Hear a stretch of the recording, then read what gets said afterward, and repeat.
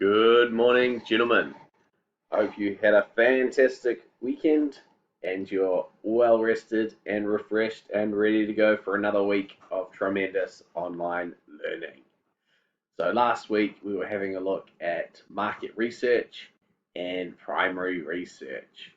And primary research being new research that is carried out by the business itself to answer specific questions that it has for its market.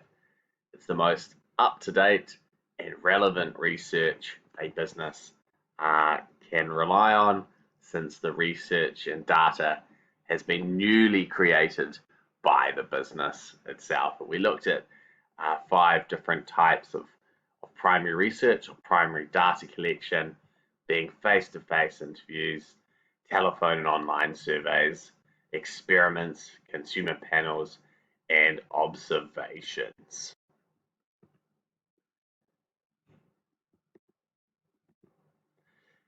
Well, it's not all rosy with primary research. There are advantages, of course, but there are some disadvantages.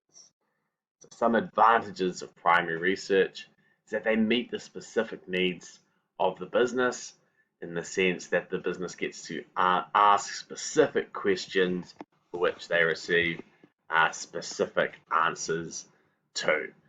If a business was to rely on existing research, they might be looking to fit a square peg in a round hole.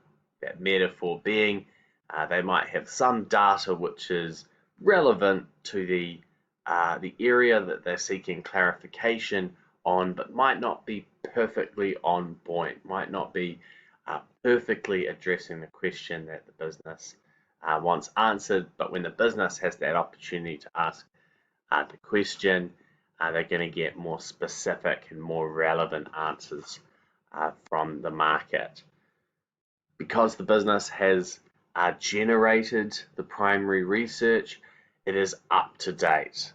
It's up to date because the business has just created it, and the responses, the behavior that's observed, the opinions that have been proffered to the business are up to date and from the existing market.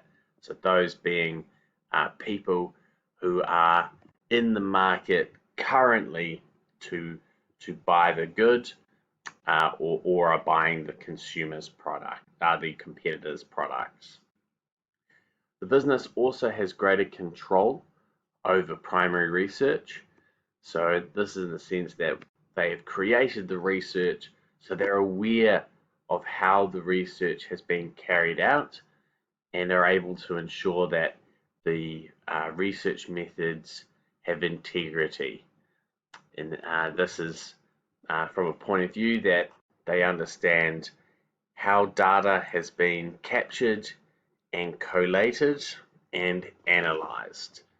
So they're aware whether or not there's been any outliers, any of those extreme opinions that might have been filtered out, that might not be presented in research you could find online. They know exactly where and how the data has come about. Well, finally, the business owns the data that has been collected. They've put in the mahi, they've put in the financial resources, the time, so they own the data that has been collected from the market. So on this basis, they have the ability to sell that data, potentially to research organizations. They might be able to make something of a return or a profit off the data, or they could exclude it from being available to potential competitors. Now, the disadvantages of primary research is that it's time consuming and expensive for the business to develop the market research methodology, to formulate the questions, to set up the experiments, to arrange the consumer panel. All this takes time and money.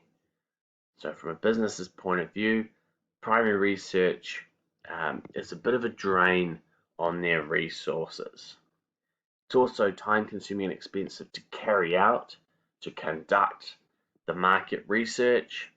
Contrast that to jumping on Google or calling up a research organization and having research essentially at your fingertips because it exists already. This is a contrast to primary research where you've actually got to carry out the research activity. You have to, once you've done the research activity, you have to collate, you have to organize the data, and then you've got to analyze the data to glean insights from what the market is telling you. And time is money for a business because a business is paying its employees when they are carrying out these activities. And when their employees are carrying out these primary research activities, they are not using their time to put towards progressing other parts of the business. So there's opportunity cost. So if your marketing department is carrying out a big primary research activity, it's not using that time to be doing an advertising campaign. They might be delaying getting back to customers, existing customers who have made complaints to the business or have called up to make queries about parts of the product or customer service in stores because they're a bit distracted or their time's being put towards carrying out this primary research. So there's an opportunity cost on the business's resources by carrying out primary research. Primary research, because it's time consuming and expensive, can be misleading if the business has not gathered a large enough sample from the market. And we looked at sampling in last week's lesson, and one of the insights we gathered from looking at sampling was that the bigger the sample that is taken of the market to carry out the primary research on, the more accurate the data and insights will be. But however, the larger the sample, the more difficult it is to carry out the primary research on. So businesses will try their best to get a big sample, but they're going to be limited in their resources and engagement of those they're seeking to carry out the market research on. So they might end up having a sample that doesn't adequately and accurately represent the views of the market. So in that sense, the data that they gather from primary research might in fact be misleading. Okay, creating questionnaires. So a questionnaire, gentlemen, is one form of primary research, and it's essentially a list of questions that are put to the consumer to answer a specific questions that the business has. Now, questions can be either open-ended or closed. A closed question is one where there's a very finite, a very limited range of answers. They can be yes or no answers, or true or false, or they might be a multi-choice question where there's a limited range of answers, potentially A to D or A to E. So the business is going to certainly find it easy to collate and analyze their closed questions. Open-ended, on the other hand, are ones where you might, in your questionnaire, have a free text box, where a consumer or someone from the market can put in any answer that they feel is justified. So an open-ended question has an unlimited range of answers. So an example there is, what is one thing you like about school? Now, because all of you guys are incredibly different and incredibly individualistic, the answers we would get from posing that open-ended question to our fourth form commerce students would generate a huge variation in the range of answers that you give. Some of you, of course, would be saying that your teachers are certainly one thing you like about school. We've got friends, schoolwork, structure, sports, singing practice, other extracurriculars, the uniform. There's a whole range of different things that you gentlemen would put as your answer to that question. And from a business's point of view, it becomes more difficult to collate and analyze that data. Alrighty, so what makes an effective questionnaire? Well, they should be short and easy to understand. Our consumers who we're doing our primary research on, they don't want to spend half their day being a subject of someone else's primary research. They have things to do with their time. They want them to be appropriately short.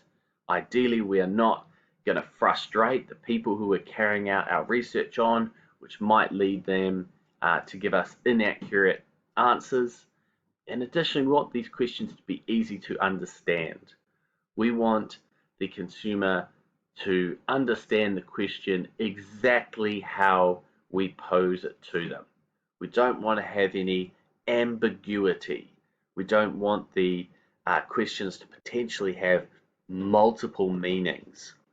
So we want the question to be formulated in a way where it has one distinct and easy to understand question, so that hopefully we get the answer that we're looking for, in the sense that the consumer is answering the question that we're posing, as opposed to misinterpreting it and giving us an answer which is irrelevant to really the question that we're asking. If we were able to limit the number of possible responses to ones that are relevant to research, that would be ideal. So if I go back to that open-ended question about what is one thing you like about school, perhaps if I'm a teacher and I'm looking for feedback around how I could make my lessons more effective in class, I might actually be asking, what is one thing that you find valuable in in-class learning? So I've kind of narrowed the focus of the question to what activities are going on in the classroom, because that's the area that the teacher is looking to get advice on, as opposed to school generally.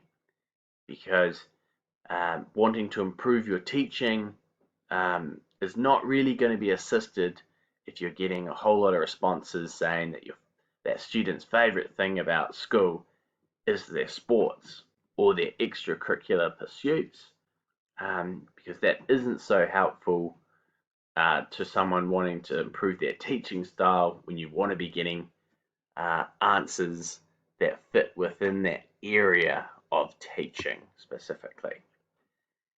Finally, questionnaires